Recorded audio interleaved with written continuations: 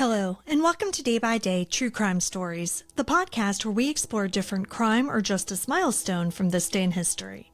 I'm your host, Kona Gallagher, and today is September 9th.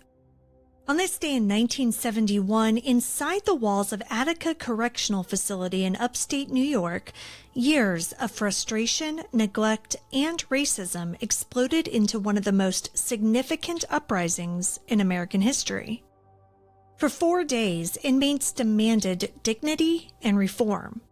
But what followed was a bloody standoff that left dozens dead and a legacy that shaped prison reform movements for decades to come.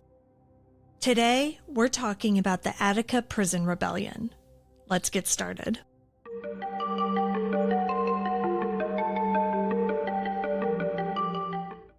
Attica in 1971 wasn't just a prison, it was a pressure cooker. More than 2,200 men, mostly young black and brown inmates, were crammed into a facility built for far fewer people. Guards were almost entirely white, and many treated the men with open hostility. Prisoners were given just one shower a week, a single roll of toilet paper each month, and medical care that was so poor even basic treatment was often denied. Letters from loved ones were censored, and if they were written in Spanish or Arabic, they were often thrown out altogether. Muslim prisoners said that they were mocked and punished for practicing their faith. One man later put it bluntly, quote, "The guards had no problem calling you the N-word. The prison ran on anger. It ran on fear," end quote. That summer, around 300 inmates staged a sit-in to demand better medical care. Their pleas were brushed aside. So they got organized. They drafted a list of demands, things like fair wages, showers, access to books, and an end to humiliating strip searches. When officials ignored them, the stage was set for revolt. On the morning of September 9th, a fight broke out between an inmate and a guard. It quickly spiraled out of control, and it just became the spark that the men had been waiting for. By midday, over 1,200 prisoners had seized control of Attica's D yard. They also captured 42 staff members. But these weren't random hostages, they were leverage. The inmates knew that if they wanted to be heard, they had to hold the state's attention. What could have just been complete chaos turned into something that was much more organized. Prisoners appointed leaders, assigned jobs, and created a system to keep order. They weren't out for blood, they were out for justice. One journalist who later went inside described it not as a riot, but as a community suddenly trying to govern itself under impossible circumstances. Over the next 4 days, something remarkable unfolded inside those prison walls. Inmates formed their own leadership council. Herbert Blyden X was chosen as a lead negotiator. Richard X. Clark was responsible for internal security and mediating between sectors. And Frank Big Black Smith was appointed head of security. He was tasked with safeguarding hostages and observers. One of the most notable personalities was Elliot James L.D. Barkley, a 21-year-old orator who eloquently represented the group's grievances to both journalists and the public. Barkley declared to reporters, quote, "We are men, we are not beasts, and we do not intend to be beaten or driven as such. The entire prison populace has set forth to change forever the ruthless brutalization and disregard for the lives of prisoners here and throughout the United States," end quote.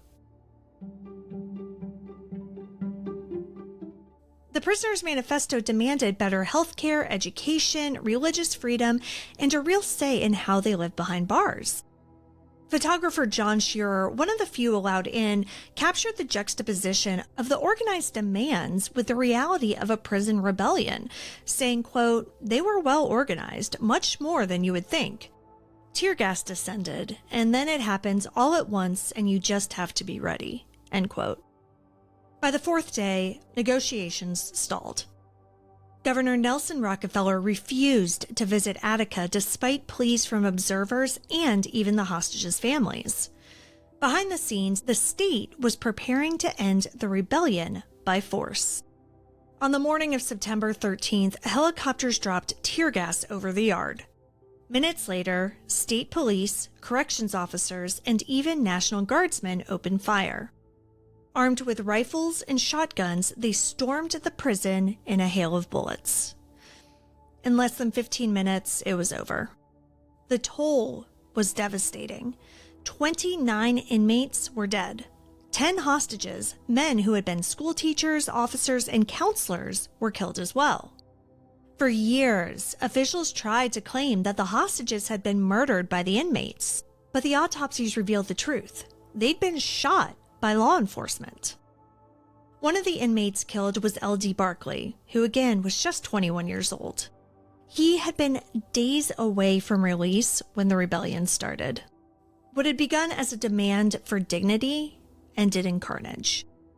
In the days that followed, survivors spoke of brutal reprisals. Inmates were stripped, beaten, and tortured. Some were forced to crawl naked over broken glass. Guards used the barrel of a shotgun to sexually assault them. The violence didn't stop when the shooting did. A state commission later concluded what many already knew. Attica wasn't just one prison. Quote, Attica is every prison, and every prison is Attica, end quote. Governor Rockefeller's initial claims that inmates had slit hostages' throats were proven false. But the damage was done. Lawsuits dragged on for decades. By the year 2000, survivors and victims' families finally won an $8 million settlement from the state. It was a small acknowledgement of a much larger wound. Some reforms came in the immediate aftermath, slightly better medical care, new grievance procedures, but many were rolled back in the 80s and 90s as America's prison population skyrocketed. In New York alone, inmate numbers swelled from 12,500 in 1971 to more than 70,000 by the end of the century. 50 years later, Attica still stands, both as a prison and as a symbol. For many, it represents the struggle for basic human rights behind bars and the brutal lengths to which power will go to silence those demands. Thank you for joining me on today's episode of Day by Day True Crime Stories. If you found today's episode compelling, please subscribe, rate, and review the podcast. It'll help us grow. And be sure to join me again tomorrow as we explore another significant event in true crime history. Until then, stay safe and remember that behind every headline is a life worth remembering. Day by Day, True Crime Stories is a Little Monster production. Hey, you can do it!